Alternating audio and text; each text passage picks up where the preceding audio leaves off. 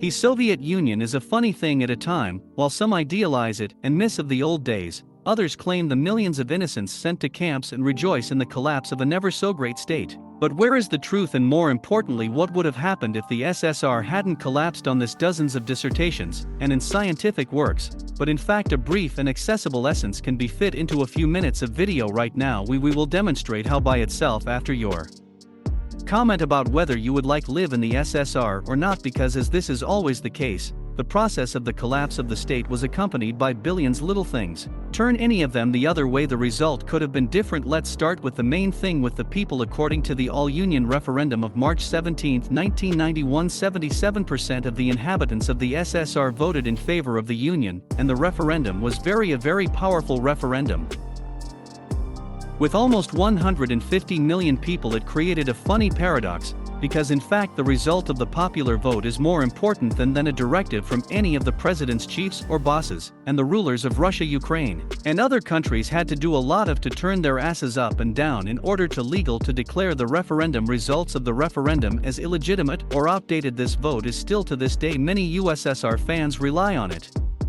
There are some huge amendments that have to be taken into account. First, the vote was not about preservation of the Union in the same form if it literally referred to the preservation of the USSR. As a renewed federation of equal and sovereign republics, the wording is as vague, and it turns out that by voting for people at the same time voted for both the preservation of the USSR and the independence of their country. That's what the referendum was about. It implied the formation of a new union, the Union of Sovereign States, that was to be the name of the new entity. As it is easy to notice, the prefix of the Soviet Union disappeared from the title. Such a concept also existed, but some parts of the country on live television proclaimed its independence, and the leadership of the state, led by Gorbachev, tried to come up with anything just to reform the federation to keep it within the same borders, even at the cost of liquidation of the Communist Party. The idea failed, and the referendum itself is suspicious because in addition to the vague wording, there were also Latvia and Estonia and other countries that actually refused to hold it. The story of how they got colas from there is quite murky, and it doesn't play a role now, plays no role now. The referendum, and everything that happened since 1990, it was a stage of agony, and to understand what the world would have been like where the USSR survived, it is necessary to analyze in detail the reasons the collapse. There are unfortunately a lot of them. A favorite argument of the opponents of the Union: toilet paper. Really, according to most sources, in mass mode it began to be used only at the beginning of 70s. On November 3, 1969, the launch of a department of a rural paper mill which produced regular toilet on an industrial scale. Of course it was there before, but not in the quantities and in the hygienic form as someone in a Western country claims that there were. Some manufacturing plants were in place before World War II. But that in Taiwan is the very detail of the ruined USSR. Reliable, independent, and objective sources that can be trusted in it. There wasn't much truth had to be agreed from above. Catastrophes, even the level of Chernobyl to the last was arranged, and there was also drowned Admiral Nakhimov gas explosion, and numerous air incidents. What is the biggest catastrophe in Armenian history when in 1988 by to us in the crash of the IL-76, 77 persons were lost. All these events were concealed, which could not create an oppressive atmosphere in the society and mistrust to the Soviet technology in form in general. Until this very moment, the supporters of the USSR are using all the foreign achievements of science and technology in order to convey their thoughts to us. Already in the early 80s, the term Soviet meant not that poor quality. The reason was the government's policy on of the masses. The producers were not interested in the party demanded the quality of goods, quantity sink. In 1953 in the USSR, the plan assessments of enterprises did not focus on quality, only volumes, and that is why in the Soviet Union the position of a car mechanic meant something magical. Everything depended on him because cars broke down every step of the way. There's not a lot of detail to go into here. It's worth it just enough that up to this point in our heads until this very day, simple philosophy imported is better than domestic has been inherited from the atmosphere of the end of the USSR, and no argumentation is needed. The main mistake that everyone makes who enters into an argument about the preservation of the Union: communism. The USSR is for some reason considered as a communist state, but in fact it's not even close to being so. The Union was a semi-feudal empire with a clear ruling class, and it was not the working people, but the nomenclature, the bureaucrats, the army, the bureaucrats who ruled the country and under different conditions.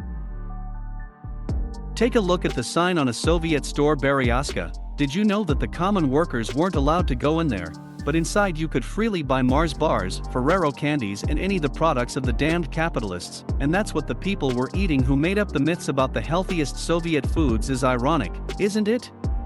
Isn't it ironic? Of course, at this point many people will start facts and arguments against it, but there's a point which spells out the situation the best thing since the Second World War. Germany was divided into several parts, but the Germans wanted to be one state. And at the first opportunity they tore down the wall that separated them, and at the same time almost all of Eastern Europe was under the influence of the Soviet Union. But when Gorbachev issued a decree to stop interfering in the affairs of others, the magic happened. In 1989 the communists were ousted in Czechoslovakia, in 1990 in Poland, and almost all the countries of the camp instantly switched to the democracy. People didn't like the current system which was supported by the army and total censorship. When the USSR collapsed, powerful movements for unification, movements similar to the German one, did not. The vast majority of countries was glad of independence, and is still rejoicing. And so when we talk about what the world would be if the USSR had survived, we have to start from several time points. 1. And trivial. In 1991, in the aftermath of referendum, the unity of the Union was held. Force of Democrats and supporters. Independence liquidates the KGB, and the good old Soviet the Union. What would have changed with this outcome? Nothing to add to the current situation. The complete inability to get abroad to get foreign products, and find out even the least bit of truthful information from the media. The power of the classical SSR relies on power, and we'd be in jail by now to save that union. In 1991 everything it's a little more fun. If you go back about 5 more years to the beginning of Mr. Gorbachev's reign as a whole, he conceived of the only reform that was possible, and that reform of perestroika. Everything looked great on paper: freedom of speech, transition to a market economy, fair elections, except that it was implemented instead of glasnost. People got a hidden Chernobyl. Instead of a market economy, they got cards, and instead of fair elections there were numerous riots, and the emergence of murky politicians out of nowhere. And for God's sake, don't call us fans of the show. From HBO has official paper according to which the all is well, and the evacuation of Pripyat doesn't need to be evacuated until the good Scandinavians didn't see the radioactive cloud. No one rushed to save people. The nomenclatura did not want to lose their privileged status, and did everything to preserve it. But if the Union had really deformed the way it looked on paper, the situation would have been more than amusing, because the closest analog to the final state according to Gorbachev's plans is the CNC, and each state has its own laws. But at the same time only a marginal few screaming for independence. In Arizona you can't fed to the pigs as garbage, and in Illinois they recently legalized Maria Ivanovna. Is roughly the structure, and that's what was planned in the Union of Sovereign States. Everyone does what they want, technically subject to a single center.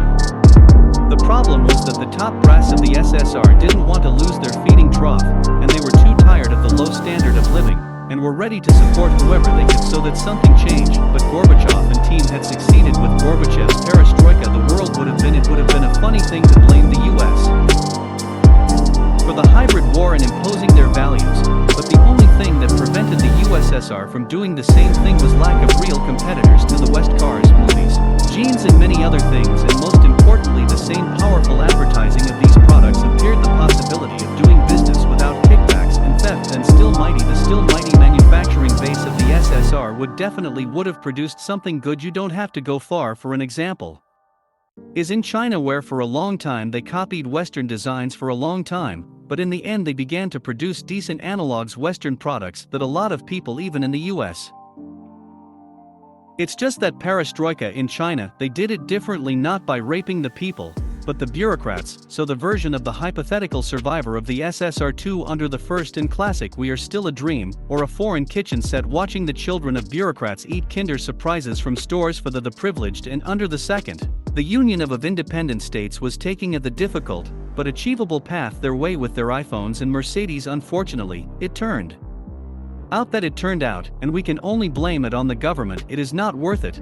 After all, our mentality and history are too different from those in the West, and the emergence of a just and powerful state is impossible as long as the people are satisfied with their low standard of living. People according to the Constitution, by the way, the source of power, but not everyone understands that. See you soon, friends.